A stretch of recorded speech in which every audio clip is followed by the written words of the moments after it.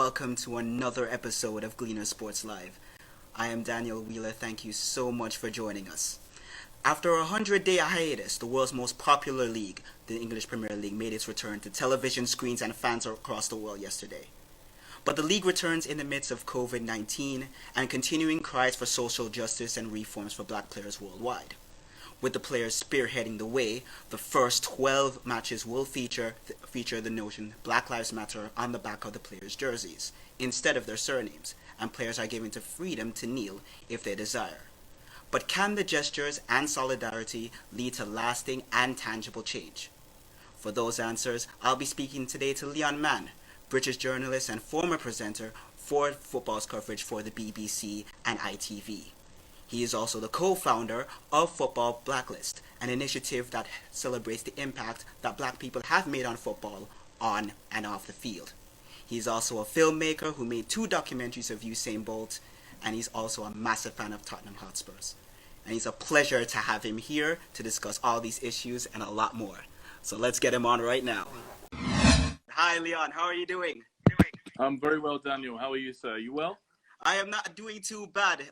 For those, we just want to make this clear that quarantine apparently has not been kind to Leon or his hair. No. The hair's very long and very grey now. The stress has got to me, man. All this time without football, it's been a challenge. But I'm delighted to be on here with you. Delighted to be on here with Jamaica. My mum's from Jamaica, so I have proud Jamaican roots. So it's a real honor to be on here. But it's a pleasure to have you on as well. And the love is being felt here from all our viewers. Make sure there's a lot of questions that we want to get into. But first of all, obviously you're a Tottenham Hotspur fan, but I'm a Chelsea fan. So I'm not sure if we started on the wrong foot already. But no, it's all good. It's all good.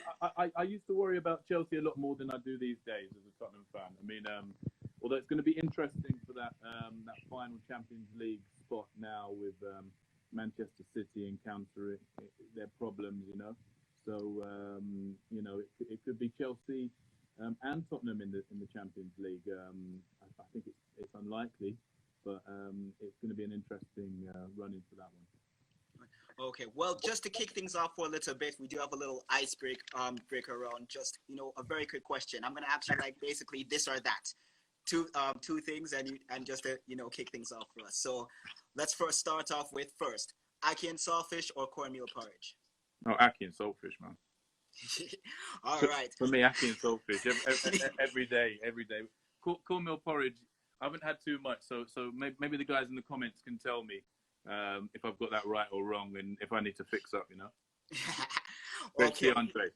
Maybe exactly. Well, maybe this is a little bit hard one. Beating Arsenal to win the Premier League or beating Chelsea to win the Champions League? Ooh, no, it's got to be beating Arsenal. Arsenal's the big rival, and the Champions League is, oh man, that's a dream. And I was there last year in Madrid for the heartbreak. But beating Arsenal to win the league, wow. They've done it to us a few times, that scenario. So absolutely that. Usain Bolt or Michael Johnson? Ah, man, you can't say that. I'm putting you on the spot now. You can't say that. I've had the pleasure of being around both of them, both exceptional guys, very different people, but also quite similar in some ways. Look, of course I'm going to say Usain Bolt. But please, I beg that Michael Johnson is not watching this right now because he'll be on my phone. So yeah, Usain Bolt. And finally, Les Ferdinand or Harry Kane? Oh man, again, you can't do that. Les Ferdinand's my guy, man. After the long layoff, after the take it forth with not just the FA but the PFA in terms of trying to get Project Restart started.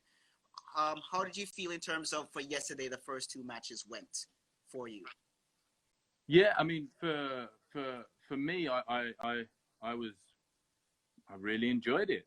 I really enjoyed football returning, and it was a strange feeling because I remember when I watched the Bundesliga in Germany return, that first game with Borussia Dortmund, and I didn't enjoy it at all. Despite there being some good football, I just didn't enjoy the lack of atmosphere, the lack of sound. You know, all very obvious things, but it reminds you how important it is that the fans are everything in football. Because without them there, without that noise and atmosphere, the game was really lacking. And actually, I've had some very interesting conversations with people like Stilian Petrov, who previously played for Aston Villa and Celtic, and he had some, pretty strong views in terms of actually the amount of time to get players back playing is too limited for them to achieve peak performance. And so he actually said, interestingly, that watching the Bundesliga, it felt like practice games, it felt like training. So he actually stopped watching. He couldn't watch anymore because it lacked the intensity. And he was worried about the level of injuries that would happen as a result of trying to achieve that intensity without a proper pre-season run-in with that kind of level of training.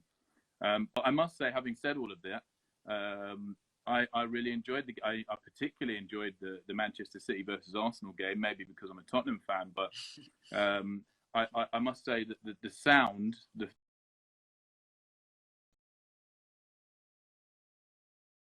massively helped the experience. I don't know about people in Jamaica if they were watching it without the sound or with the sound. I'd be really interested in the comments if you can let me know what your feeling was. But for me, the sound just changed the whole experience of watching it, and I nearly felt like I was watching just Premier League football as it was before we went into lockdown.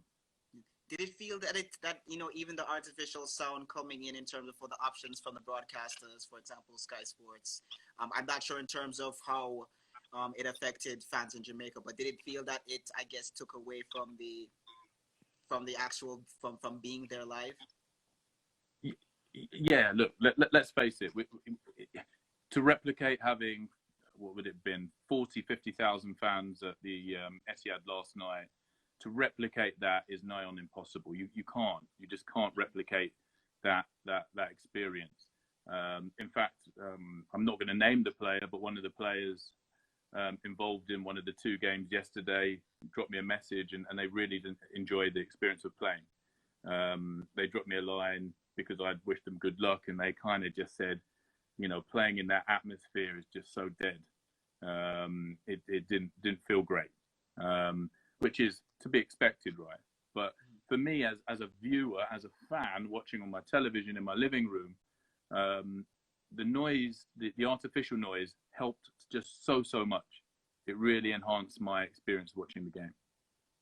And it's probably different in terms of different experience, different fans watching, because while some fans wouldn't like it without the option, there's some fans that do, and I guess that just shows in terms of how much we as football fans and have been starving for action since this pandemic.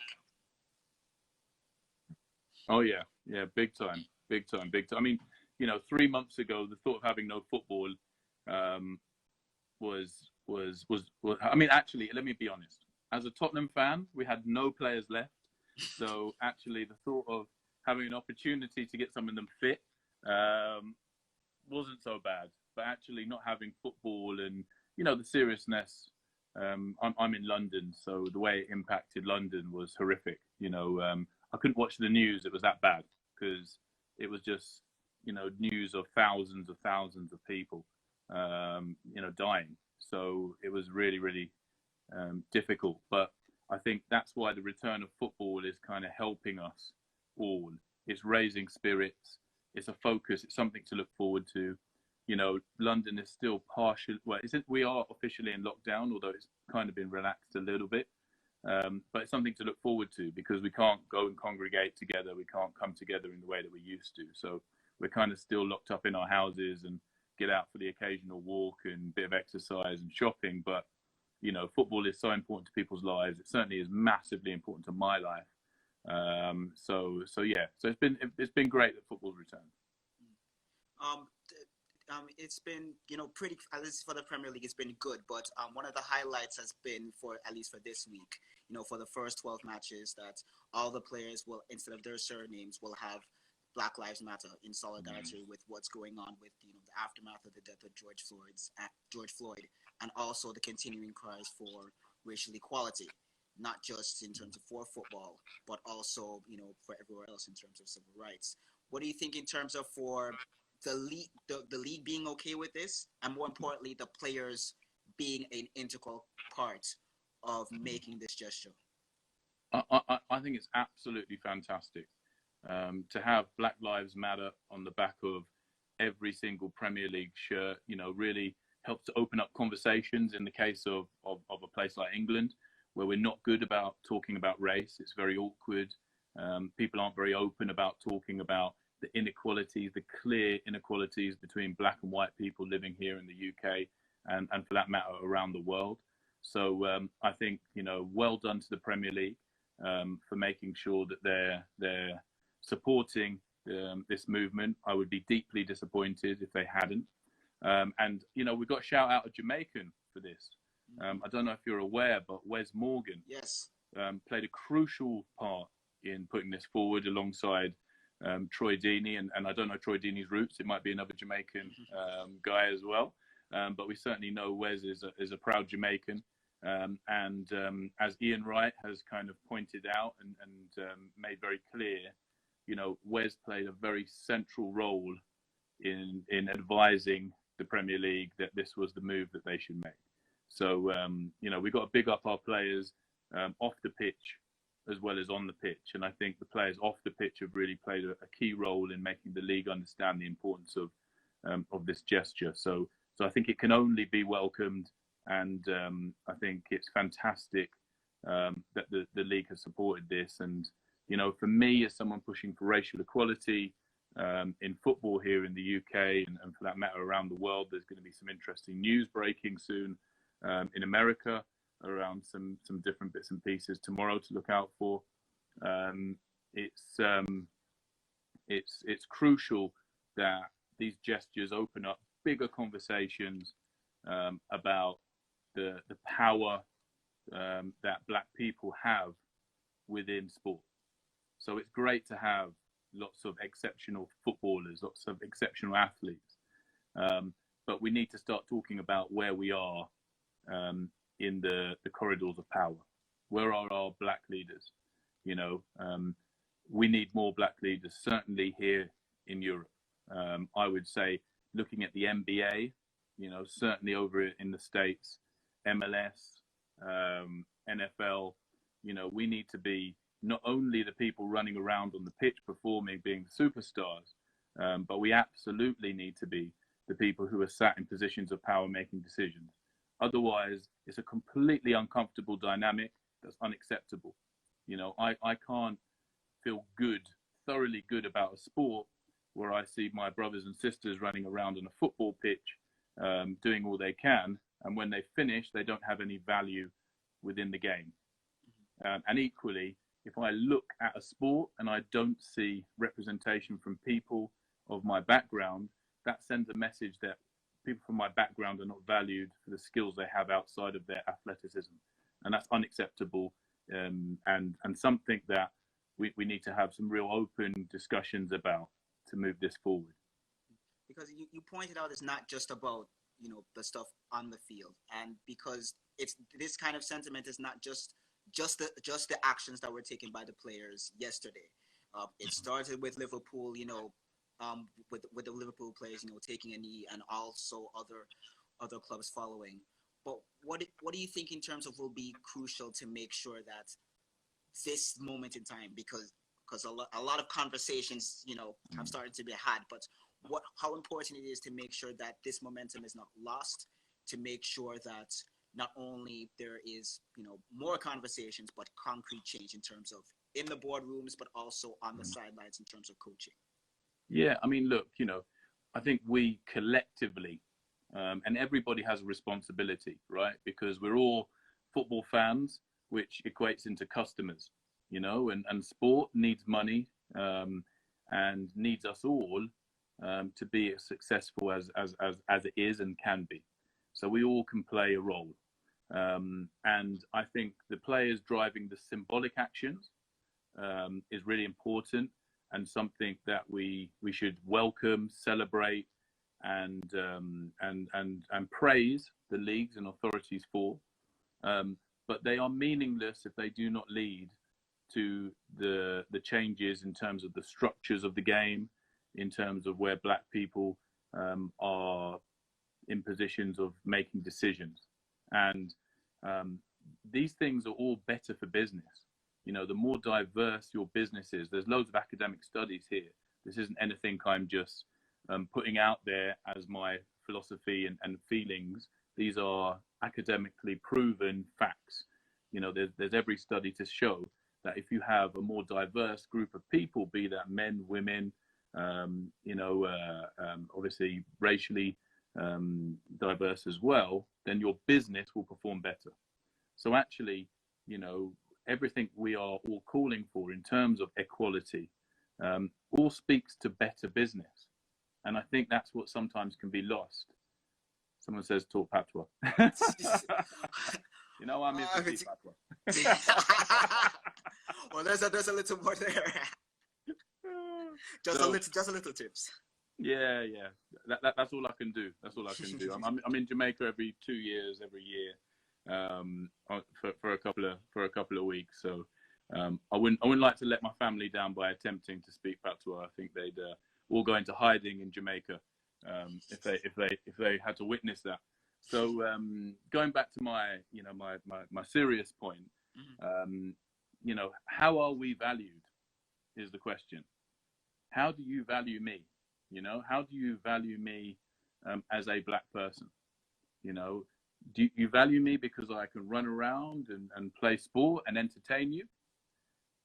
Okay. Do you value me as someone who can be your leader? Can I lead you?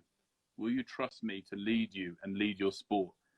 You know, those are the questions that we need answered, because you can't have one without the other.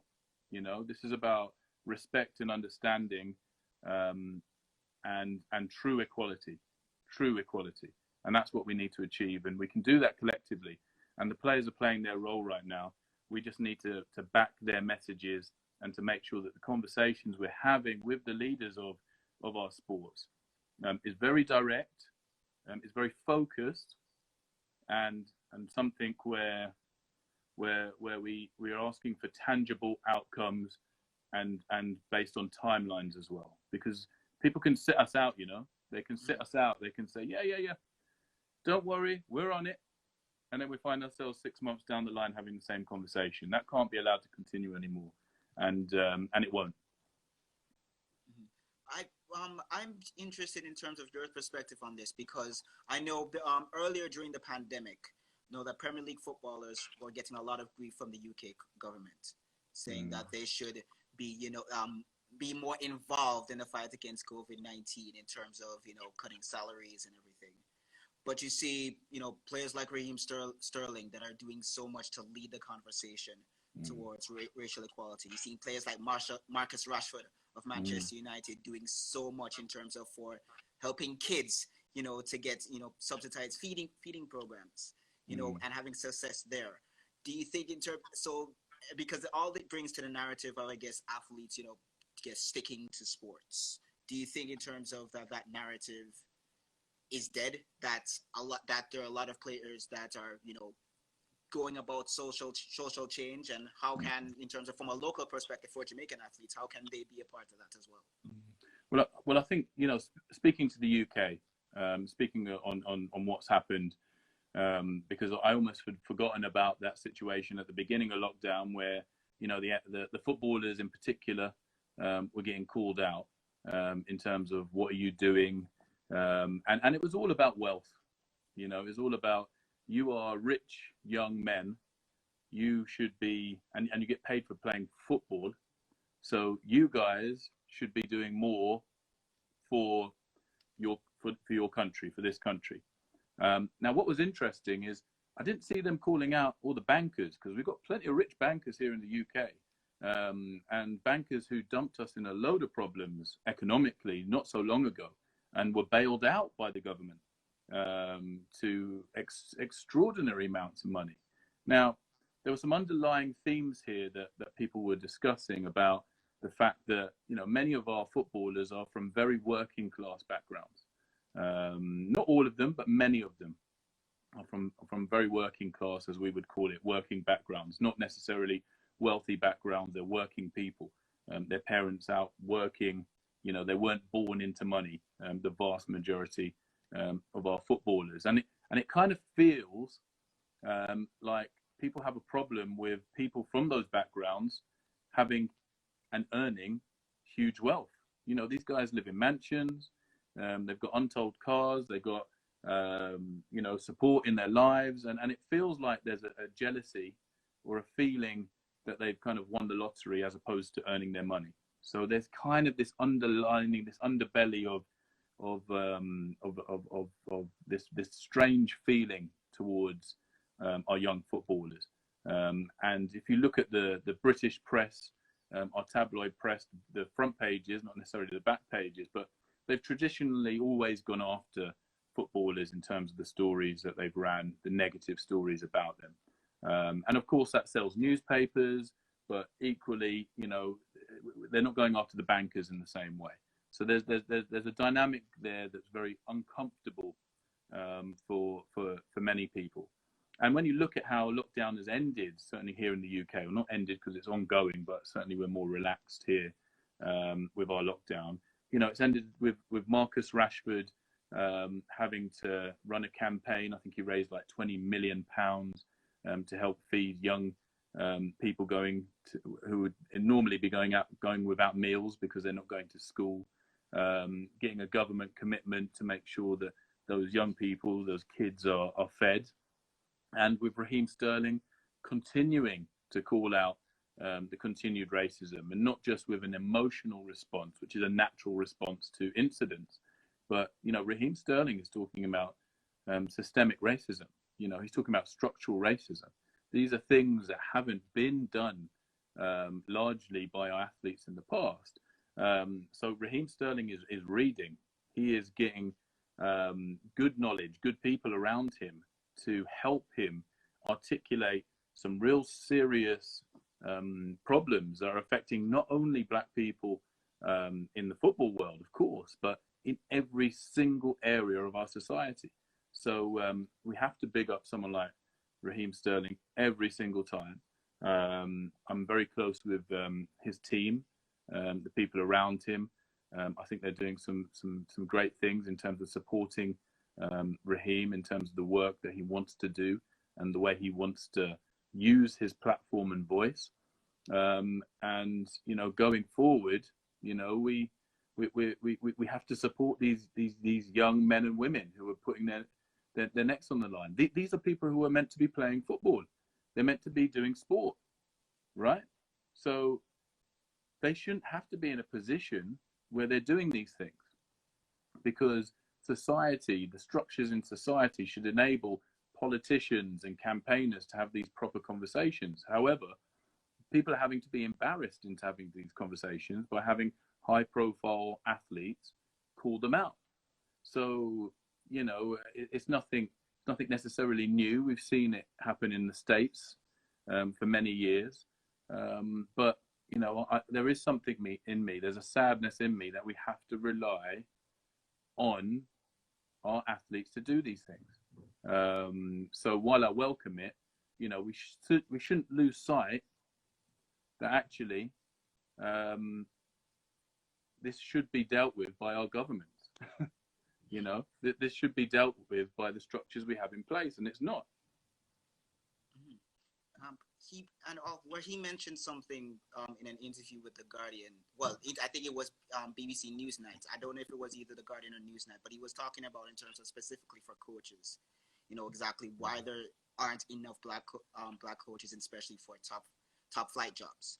And it's not just the fact because, for example, Steven Gerrard and Frank Lampard got in terms of some pretty good jobs in about the first, you know, few years of their coaching careers.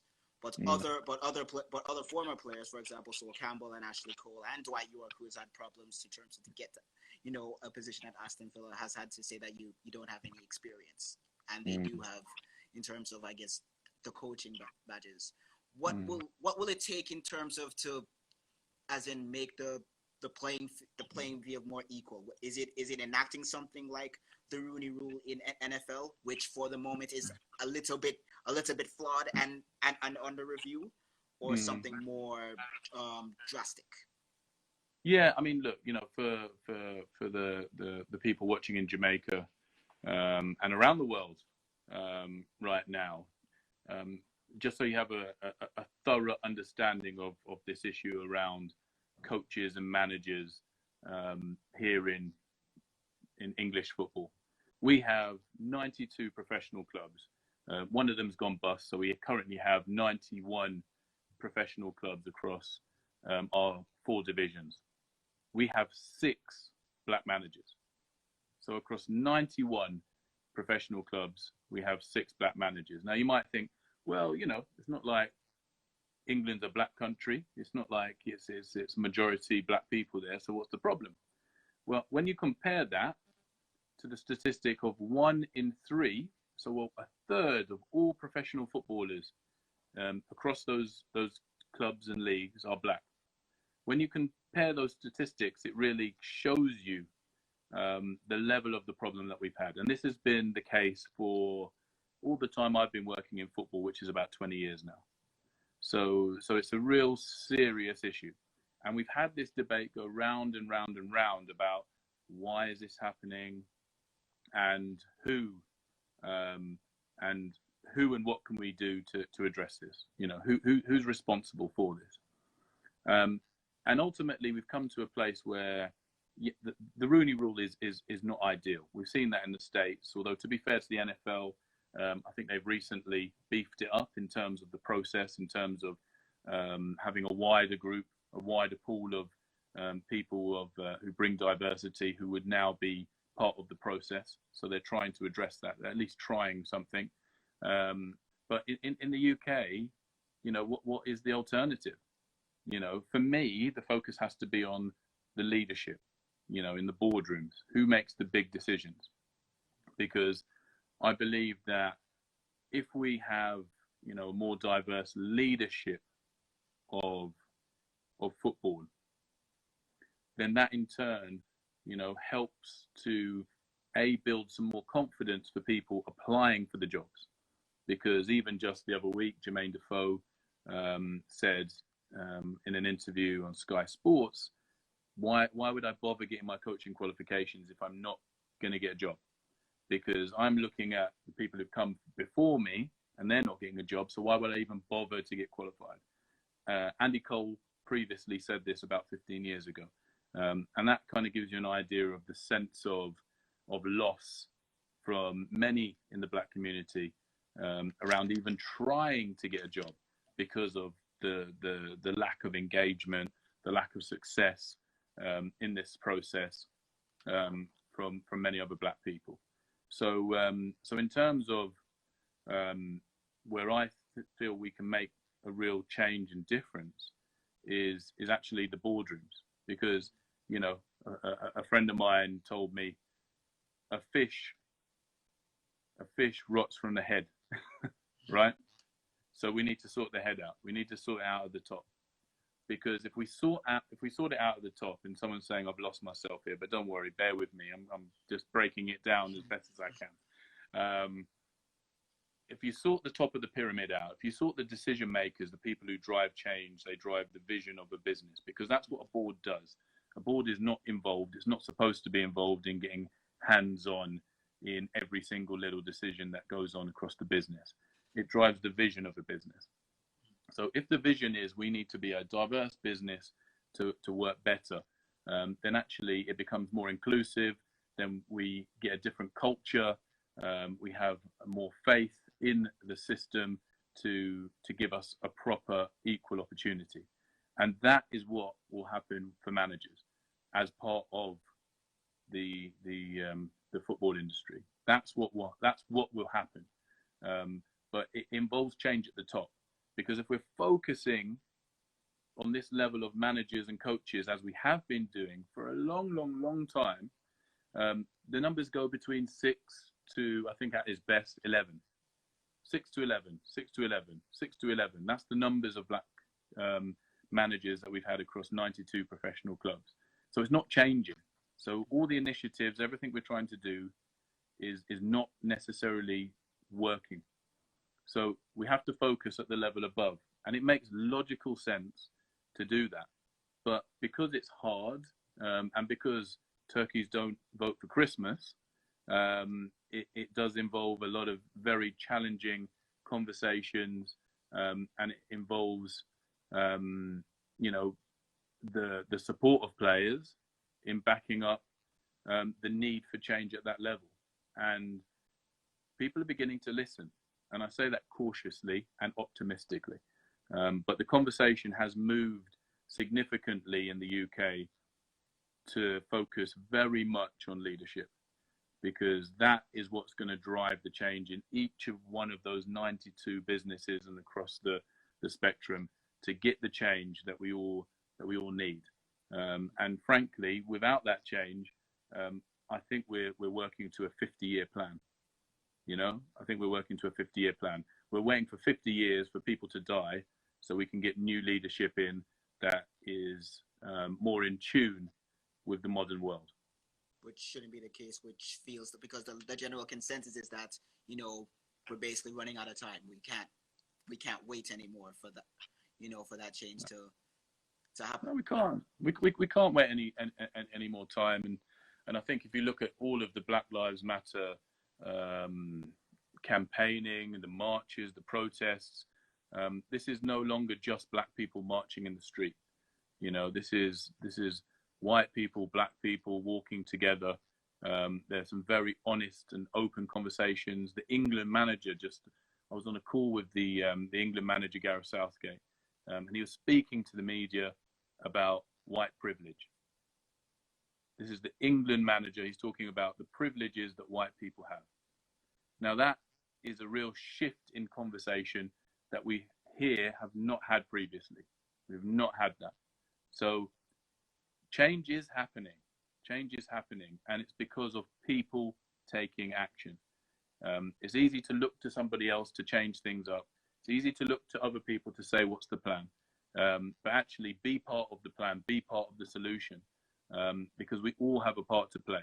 If you're going and consuming these sports, then that sport, needs you. So let's all play our role where we can and support people like Raheem, like Marcus Rashford, and the many, many others out there who are trying to do the best that they can while doing their day job, while playing football. They're not politicians. Let's remind ourselves that they're not politicians.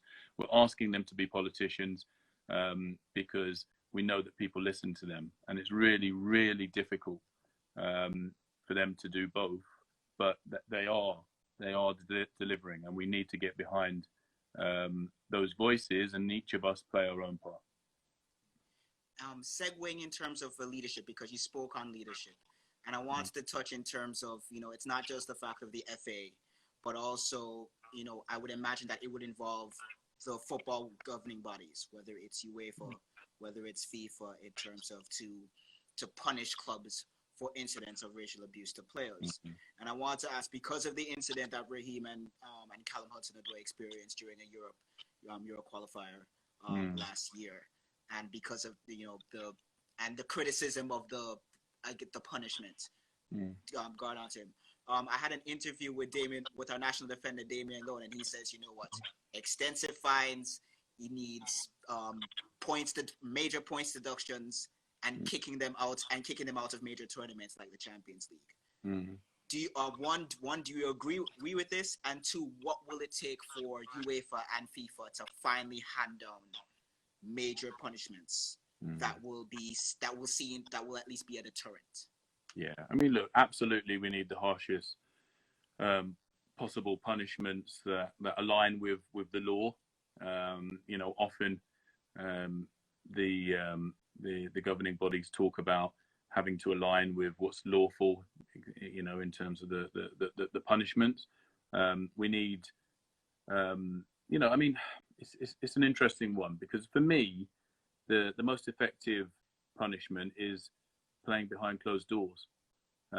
Because if you're playing behind closed doors, that's when it really impacts all of the fans.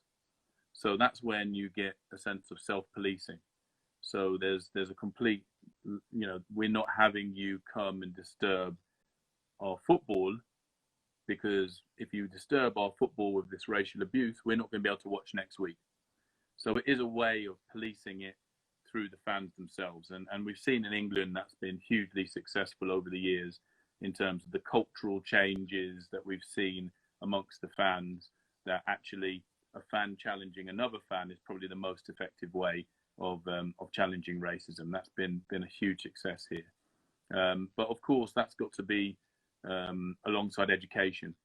We've got to educate people around race, the history of black people. We tell people loads about slavery, but we don't celebrate all the black leaders and achievers that we've had throughout history. So Colossal Management, big shout out to them.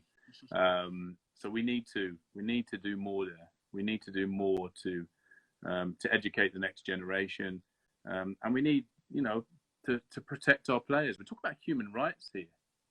We're talking about the right of somebody to be in their workplace and not troubled with racism, right? So that's what we need to do. We need to protect our players. And in terms of influencing FIFA and UEFA, I think it's about them recognizing the seriousness of the issue.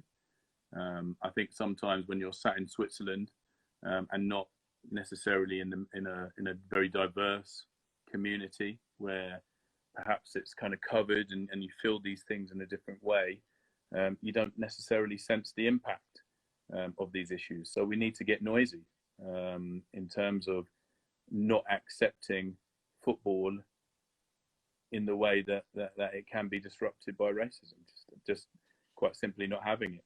And also the sponsors have a massive role here, because I tell you what, if the sponsors start saying we don't want to sponsor a sport that brings racism into the front rooms of families, to young children, then sport has a massive problem. It has a massive problem. But then we're relying on the sponsors to have a social conscience and to do what we need them to do. So for me, I think it should be written into their contracts. If you're, as a sponsor, going to attach yourself to a particular sport, then that sport needs to ensure a clean product that enables the players their human right of being able to work without harassment or racism. Mm-hmm.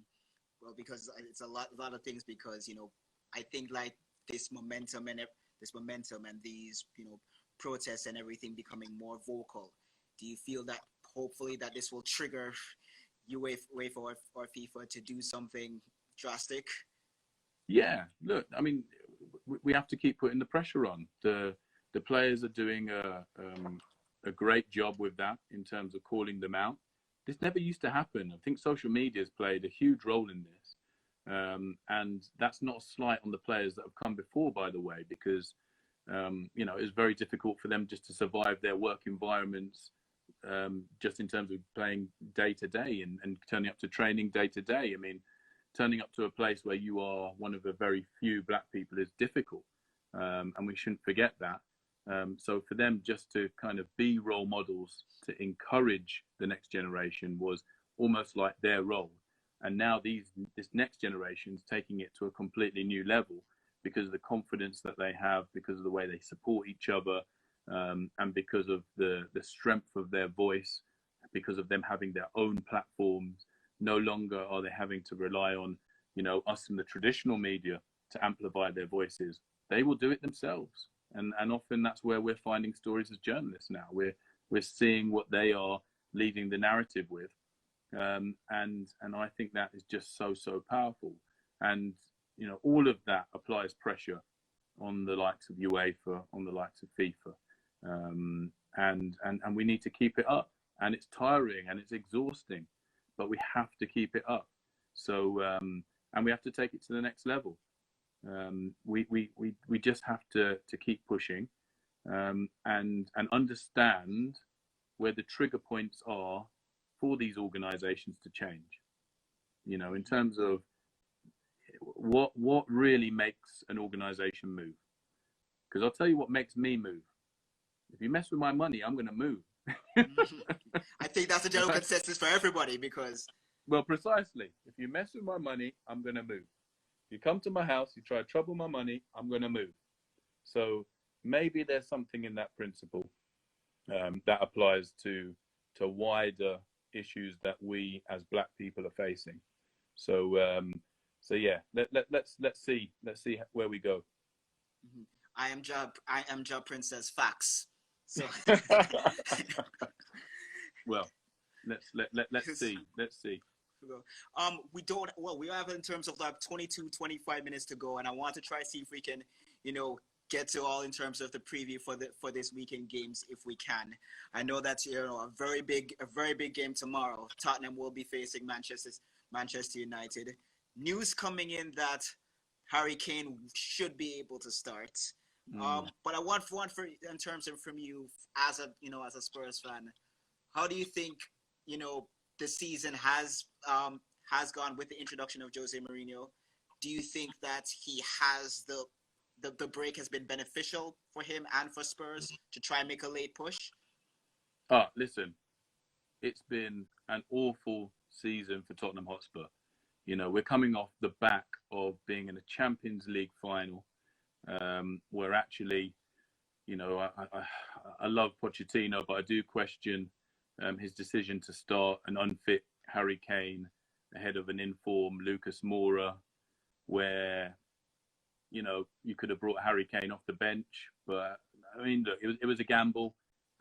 It didn't really work.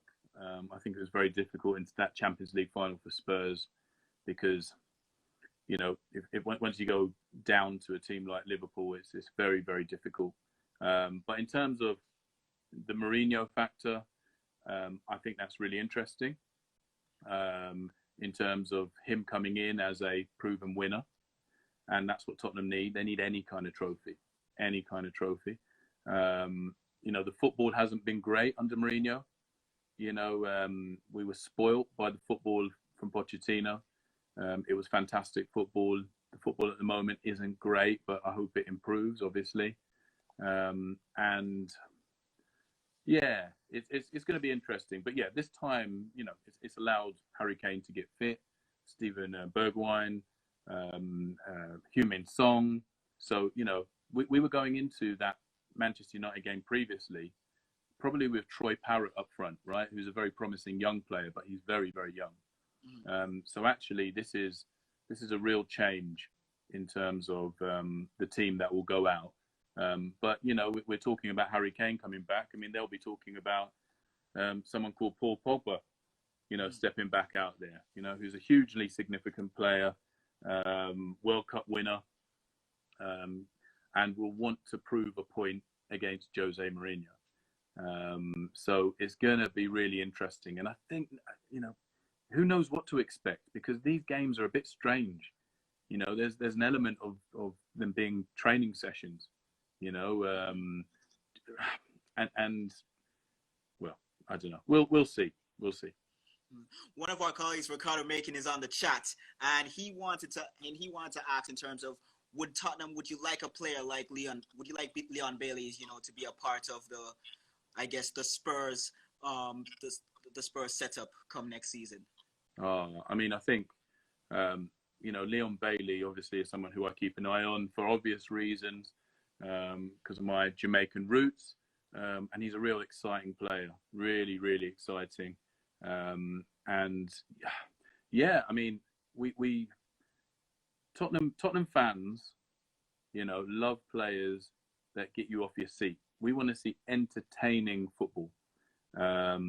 So a player like Leon Bailey, I think it'll be really interesting, because it'd be really interesting to introduce a player like him into the squad. I can see some Tottenham fans in the comments here saying he wouldn't start in our squad. Ooh, well, that's a big statement. The squad is a big statement. Team, I think there's a debate there whether Leon Bailey would get straight into the team. However, You know, I think a player like him is exciting, and it's only a matter of time before he ends up in the Premier League. 100%. And piggybacking off that, because there's a lot of clubs that have been that are rumored to be running after Leon. Chelsea rumored to putting in a bid for him, but of course, managing to get a big signing today in Timo Werner. That just got closed today. Arsenal may be looking in for him. Manchester City may be the next, English club running for him. Do you think, if and when he gets to the Premier League, do you think that he will have success there? And which team do you think that he'll be more suited for? Well, first of all, I think it's really interesting that this week he signed with Colossal Management, who we saw popping up in the comments earlier, who of course look after Raheem Sterling, Alex Oxlade-Chamberlain. So he has got an exceptionally strong agent and agency behind him to make a move to the Premier League happen. You know, they are incredibly strong across all the clubs. So in terms of the potential for moving to the Premier League, what's happened this week is significant in terms of that potentially happening. And in terms of where he could end up, I mean, I'd just be completely speculating here, which can be unhelpful.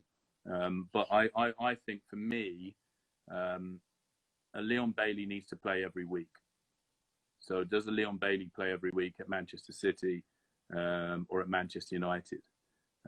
That's something which I'm probably not qualified, speaking openly, to say, because I don't watch the Bundesliga every week. So, and I certainly don't watch him for 90 minutes in the Bundesliga every week. So I think he needs to be somewhere where he's playing from a very personal point of view. I think to have a player like that potentially, off the bench or in a wide rotation system, doesn't show us the best of him. And often when players come into the Premier League or move up the leagues, they go to maybe an emerging team like an Everton, for example, where they're going to play, where they're going to be stars. And then they move on to a Manchester City, Chelsea, Manchester United. So it'll be fascinating to see. I'm sure that if this is being recorded, it'll be played back to me when he plays for Chelsea, and he plays every single week. And nothing would make me happier than that, because seeing the Jamaicans doing their thing in the Premier League fills me with joy and pride. So yeah. So let's hope. Let's hope he finds the right place. I don't think it's necessarily about the Manchester Cities and the Chelseas. I think it's about doing well in the Premier League, and then going on to the place where you're going to win the big trophies. Which is important, and she's saying it's just important to make sure that once he gets in the Premier League, he's starting every week and he's performing every week. 100%. 100%.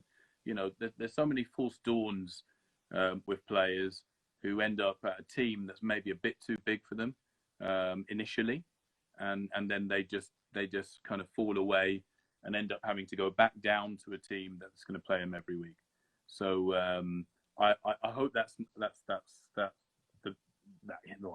it works out for him. I'm sure it will. Like I say, he's with an agency that knows exactly what they're doing. If you look at what they've done with Raheem's career, for example, it shows the kind of pedigree of that particular agency.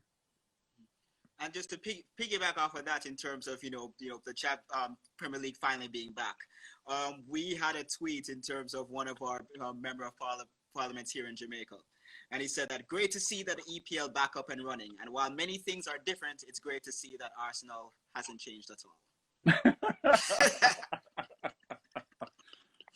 I love it. If I'd have seen that, I'd have retweeted that. One. I'd have given that one a like. Maybe because of me as a Chelsea fan thinking of, agent David Luiz doing the Lord's work and everything, but it's going back to just quickly yesterday's game. Obviously he had a horror show. He had a poor game, but in terms of, it's very early into Mikel Arteta's coaching career. And we're not different. And I don't think, obviously, he's just trying to get through this season and plan for the next 2 or 3 years. What do you think under him in the next 2 or 3 years can Arteta take them? Yeah, I mean, look, only time will tell, won't it? Only time will tell. Pep Guardiola rates Mikel Arteta very, very highly. I know that, clearly he was very disappointed, although eventually supportive of Arteta going on to take the manager's job at Arsenal.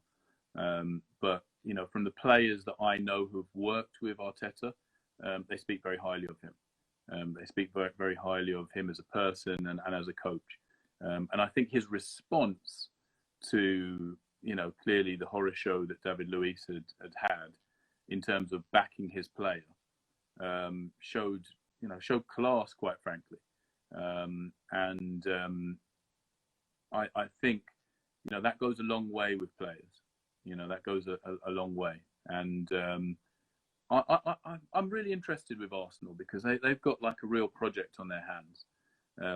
Because you can see that they've got so many talented individuals in there, but it's just not clicking. But yet they find themselves, 1 point behind Tottenham Hotspur, my team, right? So and still in with a shout of the Champions League place.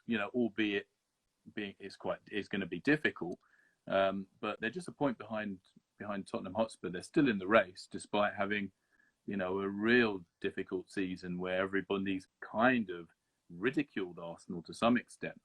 I'm sure across Jamaica, the conversations about Arsenal have been illuminated. So it's interesting times, and I think let's see what Arteta can do. Can he?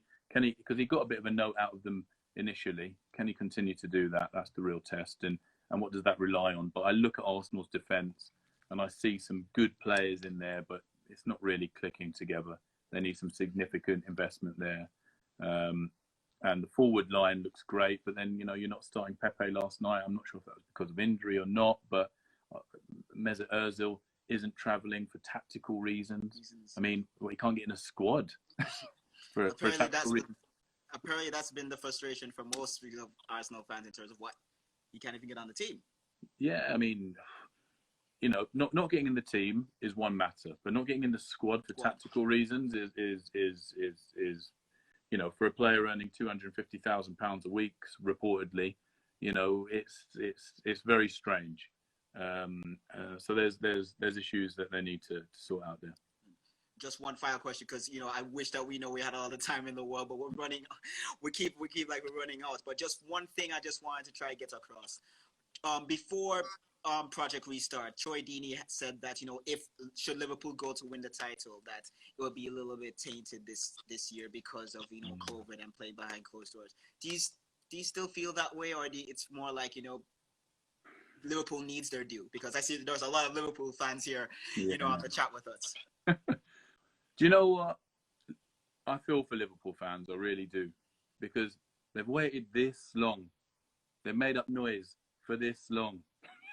And now they're going to lift the title in an empty stadium. And I've got friends who are in the Liverpool team that I kind of feel for in a way. But, they did win the Champions League just last season, right? And they won the Champions League final the season before that. So it's not like Liverpool fans haven't had good times. But, of course, this is really significant to them, having watched their great rivals, Manchester United, lift the title so many times since the last time they lifted it with John Barnes and his little shorts way back when. So I do feel for Liverpool fans, but I do think next season is going to be really interesting because Manchester City is going to be moving like a wounded animal, and at the moment they don't have Champions League football next year.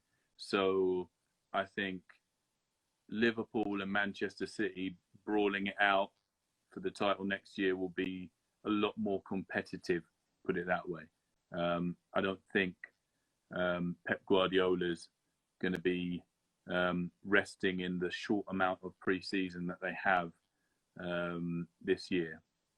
they're going to be like a wounded animal, Manchester City, having been beaten to the title by so many points. You know, that's a big old gap that they've got there. So I'm excited for next season. I do feel for Liverpool for this season, but I'm feeling for a team that's about to win the league. So I don't feel that bad. But if I was in that position, lifting the title in an empty stadium, I'm not quite sure how a parade would work. And parades in Liverpool are insane. Yes. You know, everybody comes out on the streets. But you know, these are difficult times for us all, man. These are really difficult times. You know, people have lost loved ones. You know, we have to put this all back in perspective. And I don't want to bring things down, but you know, people have lost people. You know, people have been very, very ill, and managed to survive this thing. But we've lost people. So, you know, we've got to remember where football kind of sits in the world. And while it is hugely important, and it's like, you know, I'm buzzing that it's back and it's giving people a lot of hope and positivity at this time. Let's keep the perspective here. And I'm going to say congratulations to Liverpool now, even though they're going to have to wait a kind of 10 days or so probably to win it officially. It's great to see Liverpool, you know, back up at this level, because they had a long old time when they weren't at this level. And I think it's good for football. It's good for football in Europe. It's good for football in England. And I can't wait to see next season, because, there's you know, Newcastle, if they get that investment from the Middle East, then they're going to be a problem. You're going to see a lot of Newcastle shirts popping up in Jamaica over the next 10 years if they get that investment. Probably the same amount of times that Manchester City shirts have been popping up lately. well, City have got Raheem. City have got Raheem, right? So I get that. City have got Raheem, but it's like those of you who are old enough to remember when Blackburn were winning titles, right? You know, I saw the Blackburn shirts come out down here in London. You know, I had to show them a little map to show them where Blackburn was. It's going to be an interesting 2021 generally, I think. You know, we're due like a good year, right? Everybody, we're due a very positive year. And given what we've been through, let's hope next year is the year that we see greater representation of black people across football, not just on the pitch, and the year that Tottenham Hotspur win the Premier League. Exactly. Leon, thank you so much. I wish we had more time to talk, but we only have an hour. Thank you so much. Thank you for your insights. Good luck. I guess, you know, as a football fan, I say good luck to your match tomorrow, and hopefully we can talk soon. And I know a lot of, you know, our fans here in the chat enjoyed it. Thank you so much. Daniel, thank you. It's been an absolute pleasure, and I can't wait to get back to Jamaica. We need to get out of lockdown so I can get on a plane. But exactly. Take care. Exactly. Take care. Trust me, we'll be buying the drinks.